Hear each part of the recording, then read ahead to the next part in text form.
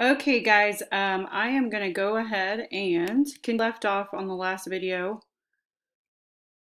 if my laptop will work. Obviously, this isn't ideal for you to learn from videos in multiple days in a row. I like to do a video, then follow up live, then a video, then follow up live at least. But with me being out, I still want to cover some ground and then just go back and talk about the things that you found confusing and then to reinforce some of these things I'm talking about right now. So just take the notes, absorb what you can, understand what you can, and then the next time I see you, I will go over the math part, and then the time after that, I will go over these major causes for evolution.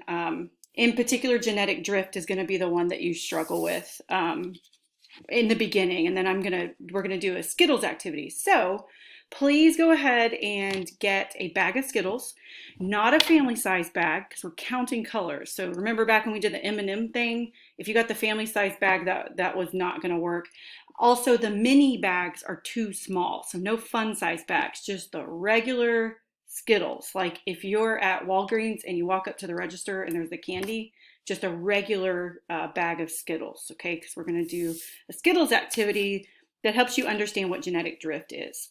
So the last thing you wrote down was on page 243, the causes for evolution, okay? Minor causes for evolution would be mutations. Mutations changes DNA, right? And changes the protein, could be advantageous. Another cause for evolution is non-random mating. Remember, in order for Hardy-Weinberg equilibrium to be true or whatever, you had to have a random mating.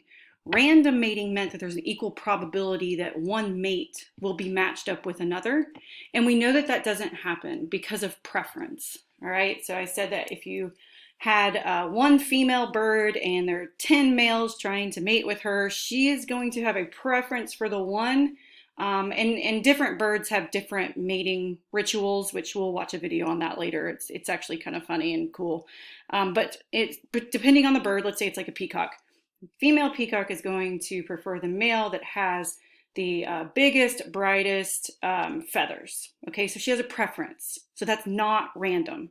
So non-random mating is going to cause evolution to occur because if female bird is picking bright colored male, then what's going to end up getting passed on in that population is brighter colored feathers if those are the males being picked. All right, so non-random mating causes evolution.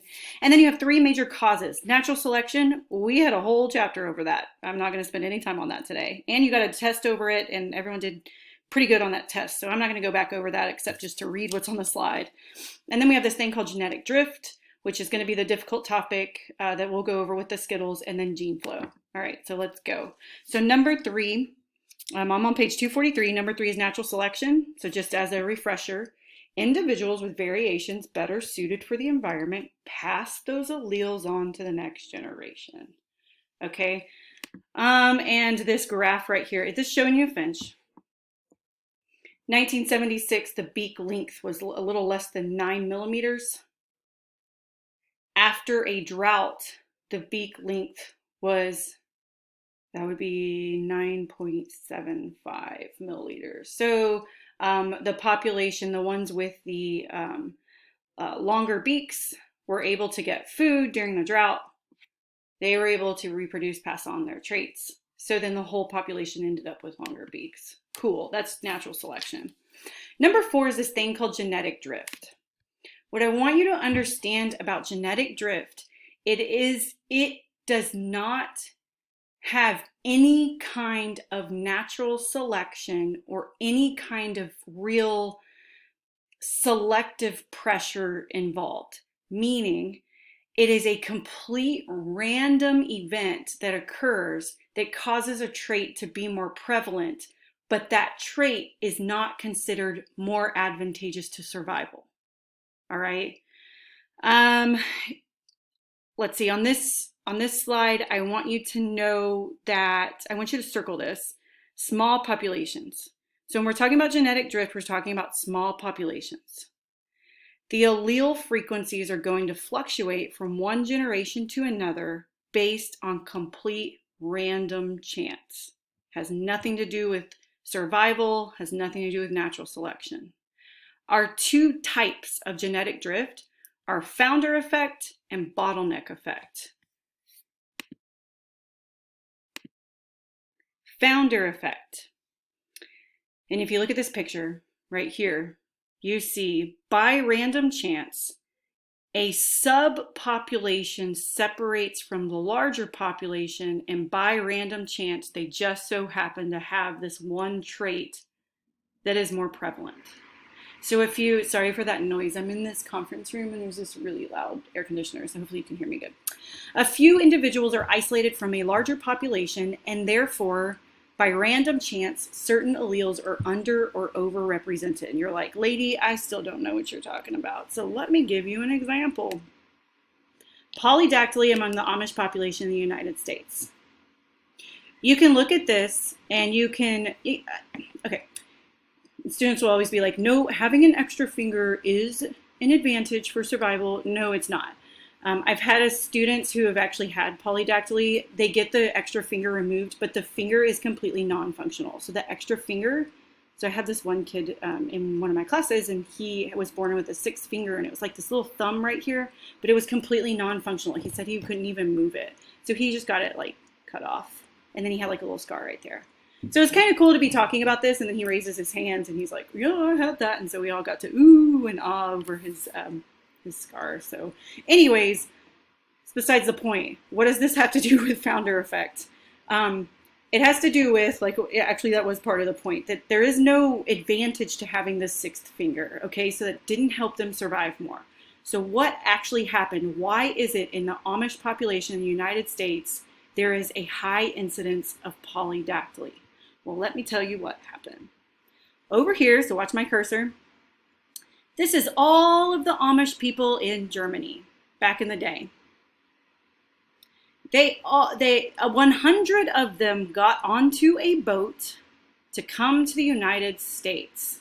And I'm going towards this one, the red one. It just so happened that the ones that got on the boat either had polydactyly or were carrying the allele for it. So you see how a small population broke off from the larger one, and by random chance there was an overrepresentation of the polydactyly gene. And so then in the United States there is a high incidence of polydactyly in the Amish. And you're like, well, that doesn't make sense, because other people in the United States there's not a high incidence. Yes, because they are reproductively isolated. So the Amish population are only going to, I hate to use the word breed when I talk about humans, but that literally is what it is, because it makes us sound like animals, but that literally is what we are. So Amish are only going to breed with other Amish, therefore that allele is like stuck in that population. Hopefully that made sense. All right, bottleneck effect is the same concept. One subset of a larger population breaks off, and by random chance there's an overrepresentation of certain alleles. However, this one's a little bit more sad because there's a death that occurs. There's some kind of disaster that occurs.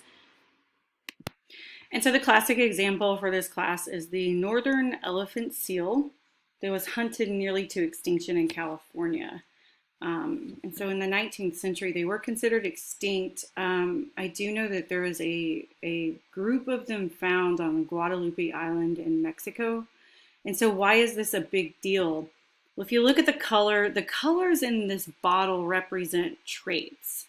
And those traits could be things like the color, the length of the teeth, the shape of the snout, just the size of the animal in general.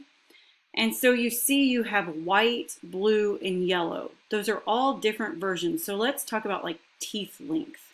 I mean, teeth length has something to do with getting food, right? So you have like blue would be short, white would be medium, yellow would be long teeth. Well, by random chance, there was a hunting spree that occurred. I don't know why someone would want to kill a seal. Like, they're so cute. I guess, I mean, I know there's like products that you can sell, whatever.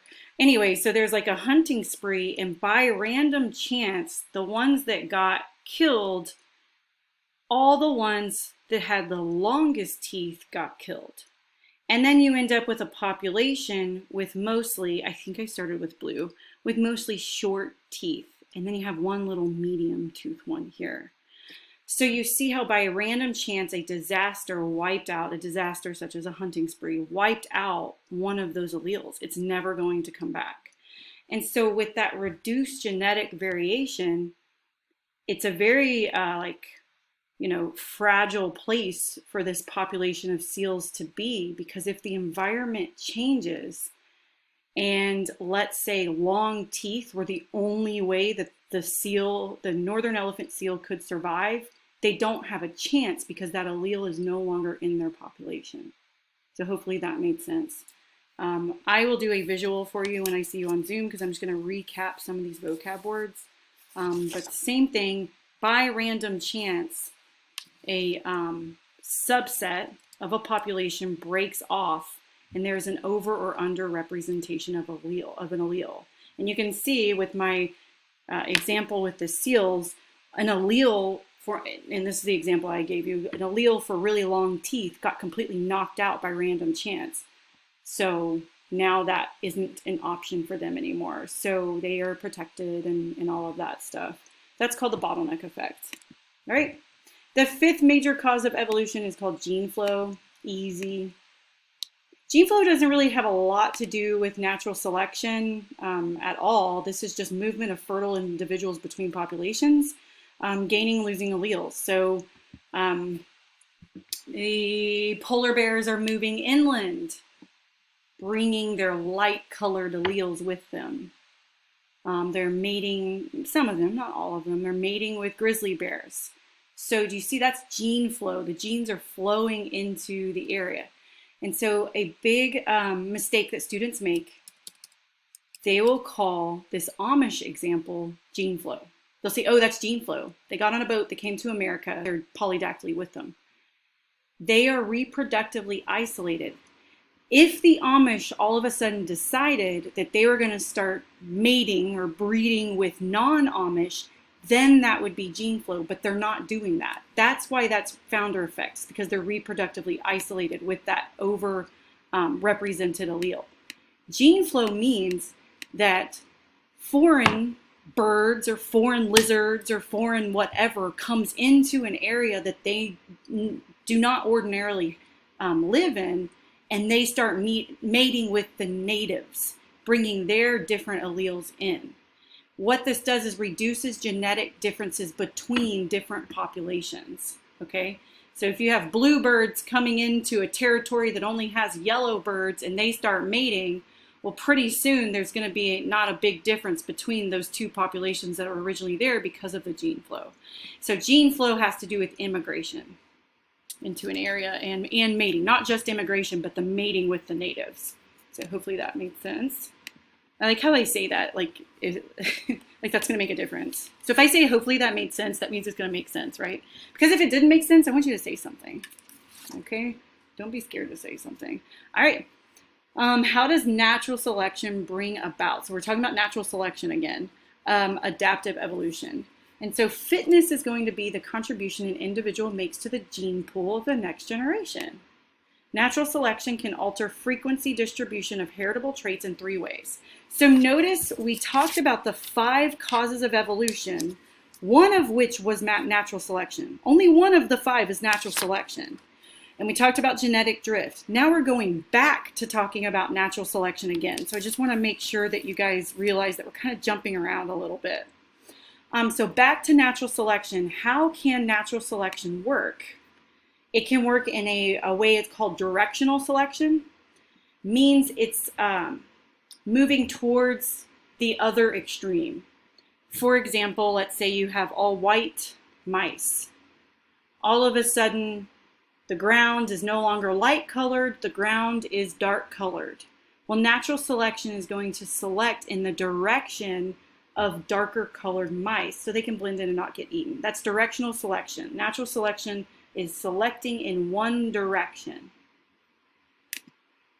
Disruptive selection means the intermediate is selected against. So natural selection is favoring both extremes. Let me use the mouse example again.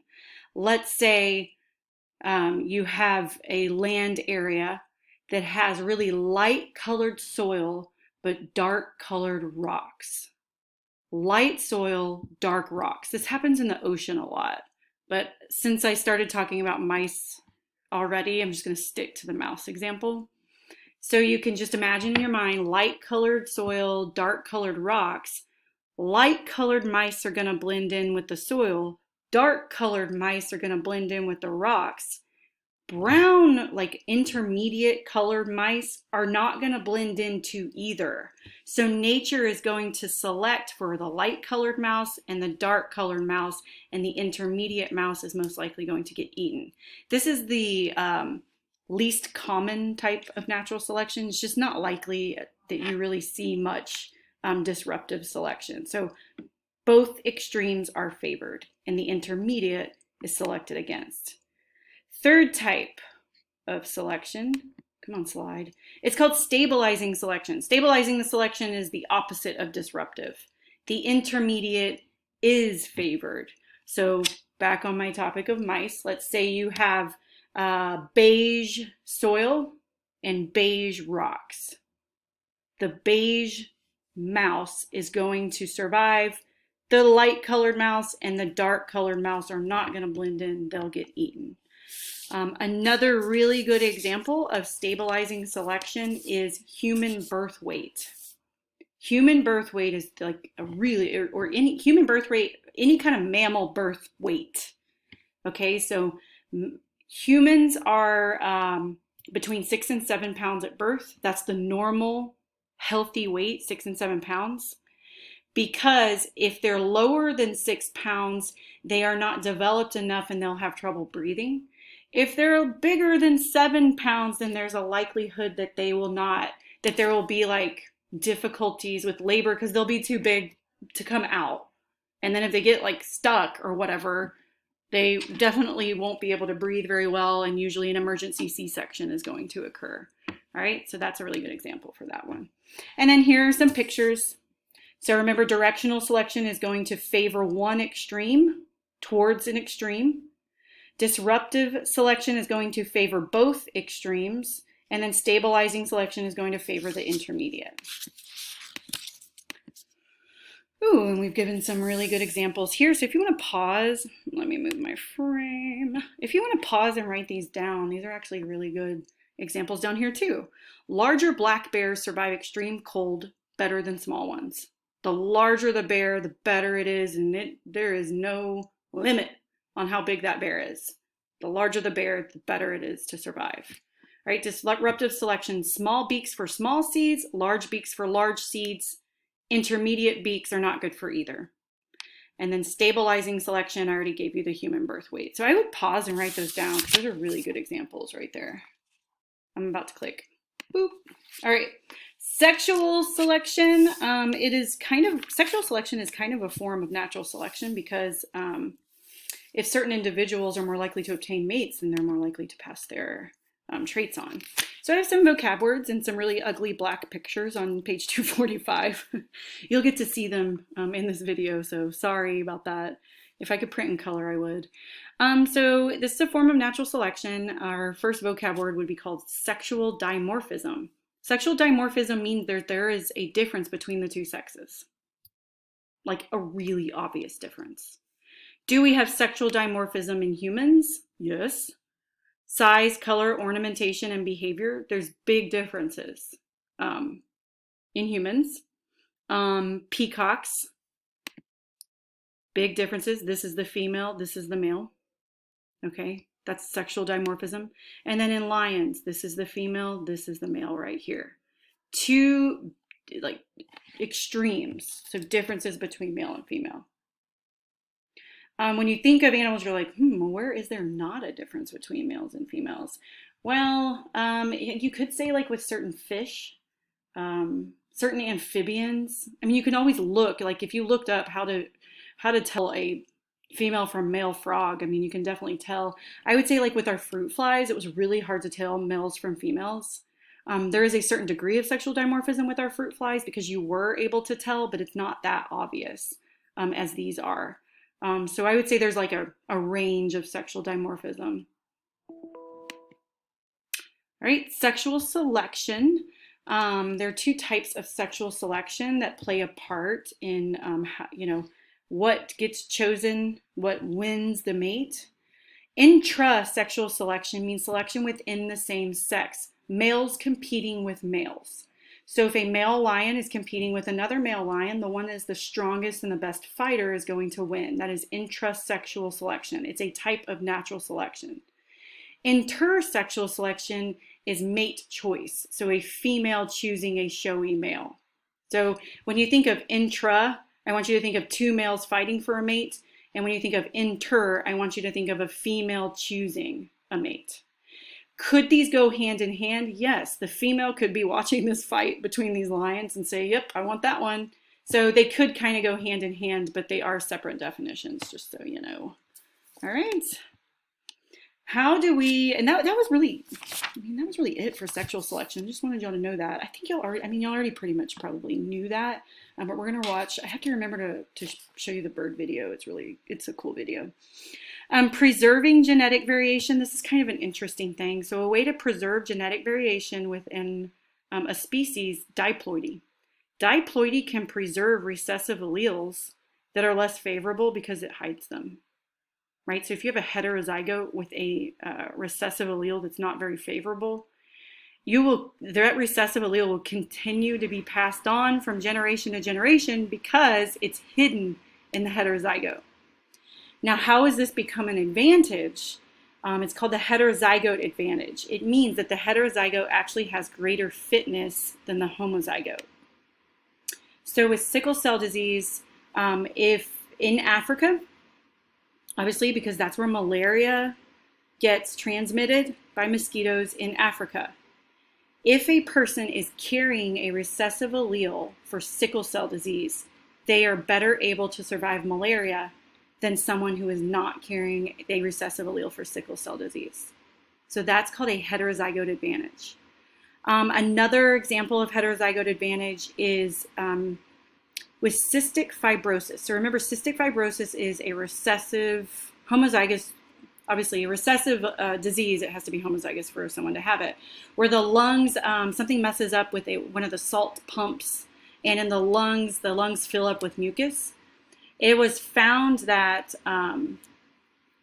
with cholera, back in the day when cholera was an issue, if someone was carrying an allele for cystic fibrosis, they were less likely to die from cholera.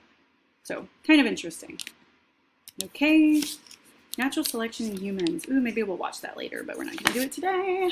All right, last thing, I'm on page 246. Goodness, this is a lot shorter than I thought it was gonna be. I'm gonna have to add on a Hardy Weinberg video for you so that you will be ready to do it next time I see you, because this video counts as an entire 90-minute class period. So natural selection cannot fashion the perfect organism, and here's why. Selection can only act on existing variations. So you're like, well, if humans could fly, that would make us so much better able to catch birds and eat them. Yeah, that'd be awesome. That would be better.